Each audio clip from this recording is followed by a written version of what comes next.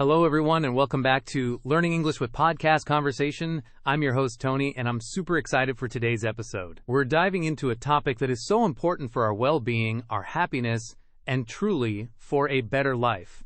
And I'm not alone today. I'm joined by my wonderful co-host, Jenny. Hi, Jenny. Welcome to the show. Hi, Tony. It's great to be here, and I'm just as excited. This topic, how to love yourself, is something I think about a lot. And it's something many people struggle with, even if they don't always talk about it. So I'm really looking forward to our chat today. Absolutely. It sounds simple, love yourself, but what does it really mean? For many years, I actually thought it meant being selfish or arrogant, Like, oh, look at me, I'm so great. But I've learned it's actually much deeper than that. So, Jenny, to kick us off, what does self-love truly mean to you? That's a fantastic starting point, Tony, because you're right, there's often a big misunderstanding. For me, self-love isn't about being narcissistic or thinking you're better than others. It's about having a deep respect and appreciation for who you are, flaws and all. It's about accepting yourself completely, treating yourself with kindness, and prioritizing your own well-being. It's like being your own best friend, Supporting yourself, forgiving yourself when you make mistakes, and celebrating your successes, big or small. Being your own best friend. I love that. That really shifts the perspective. It's not about perfection then, is it? It's about acceptance, even of the parts you might not always like.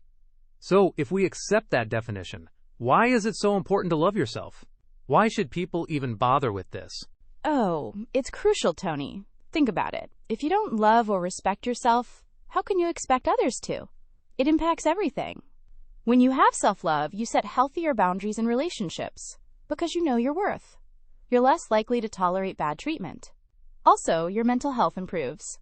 You feel more confident, less anxious, and more resilient when challenges come up. If you don't love yourself, you're constantly seeking validation from others, which is like trying to fill a bucket with a hole in it. It's never enough. But when you have self-love, you're internally strong. That makes so much sense. It's like building a strong foundation for your whole life. If the foundation isn't solid, everything else can crumble easily. I've definitely felt that. There were times in my life when I didn't love myself very much, and I found myself saying yes to everything, even when I was exhausted or didn't want to do something. I thought I needed to please everyone to be liked, and honestly, it made me feel drained and unhappy. It was a vicious cycle. Exactly. That's a perfect example of how a lack of self-love can lead to burnout and feeling lost. But the good news is, you can learn it. It's a skill. So, moving on from what it is and why it's important, let's get practical. How can our listeners, people at home, actually start practicing self-love in their daily lives? What are some simple steps or habits they can try? Okay, practical tips. This is where it gets exciting. For me, one of the biggest changes came from realizing that self-love often starts with basic self-care. I mean, things like getting enough sleep.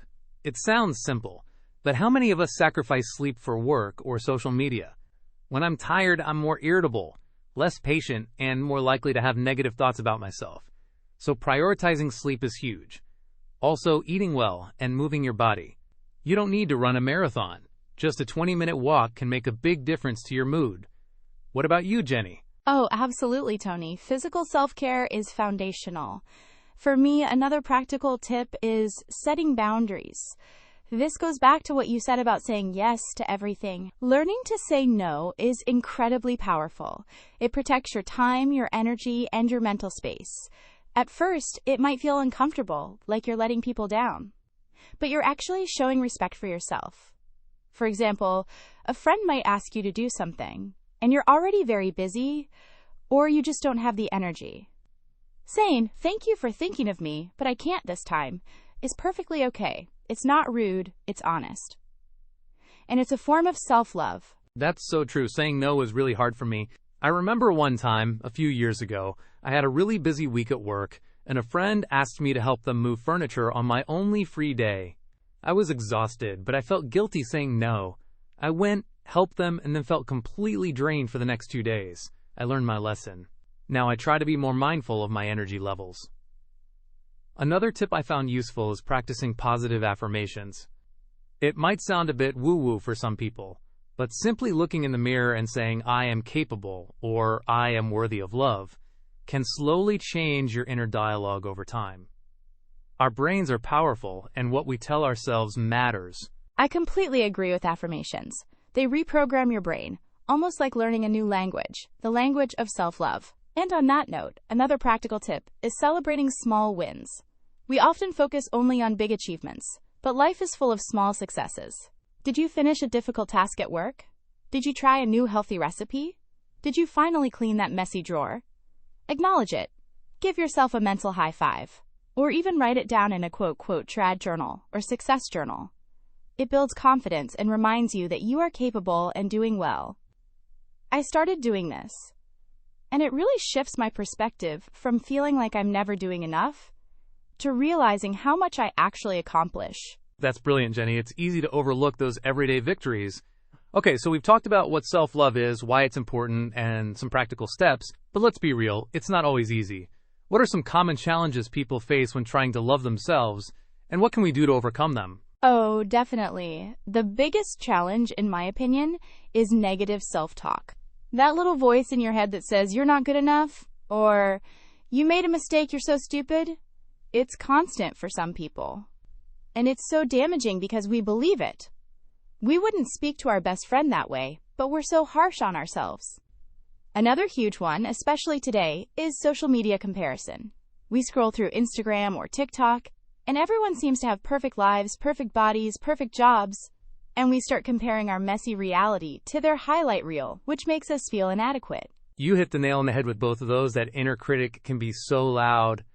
For negative self-talk, I try to do two things. First, become aware of it. When that voice starts, I try to notice it and say, okay, I hear you, but that's not helpful right now. Second, I try to reframe it. Instead of, I'm so stupid for making that mistake, I try to say, okay, I made a mistake, but what can I learn from it? How can I do better next time? It's about shifting from judgment to curiosity and growth. It's like training a little puppy. It takes time, but you can teach it new tricks. About social media, I had a phase where I was constantly comparing myself to other podcasters and feeling like my show wasn't as good, or I wasn't getting enough listeners. It made me feel really down. Oh, that's so relatable, Tony. For social media, my strategy is to remember that it's just a snapshot, not the whole picture. Nobody posts their bad days, their struggles, or their average moments. They post the best versions of themselves, so it's an unfair comparison. What I do now is, if an account makes me feel bad or causes me to compare myself negatively, I unfollow it or mute it. I curate my feed to be a positive, inspiring space, not a space for comparison. Also, taking digital detoxes, spending a few hours or even a day away from screens, can be incredibly refreshing and help you reconnect with your own life, rather than living through others' online lives. That's a fantastic practical tip, Jenny. Cleaning up your digital space is just as important as cleaning your physical space. It protects your mental health, so we've covered a lot. But one final question comes to mind. Is self-love something you achieve, like a goal you check off, or is it a continuous journey? That's such an important question, Tony. And my answer is absolutely, it's a continuous journey. It's not a destination where you suddenly arrive and say, okay, I love myself perfectly now, I'm done. No, life happens. You'll have good days and bad days. You'll face new challenges, make new mistakes, and on those days, your self-love might take a hit. The key is to be patient and compassionate with yourself. Just like any relationship, your relationship with yourself needs continuous nurturing. Some days you'll feel great, some days you'll need to remind yourself to be kind. It's about consistently choosing to treat yourself with respect and care, even when it's hard. I couldn't agree more. It's a practice, not a perfect state. There are days when I still catch myself being too hard on myself or feeling a bit down. But now, instead of staying in that negative space, I have the tools to pull myself out.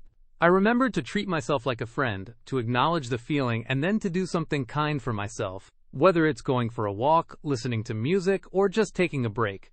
It's about consistency, not intensity. Little by little, you build that muscle. Exactly. It's like building any muscle. You don't just go to the gym once and have strong arms. You go regularly, and you'll see progress over time. The same applies to self-love. Be patient, be persistent, and be kind to yourself through the process.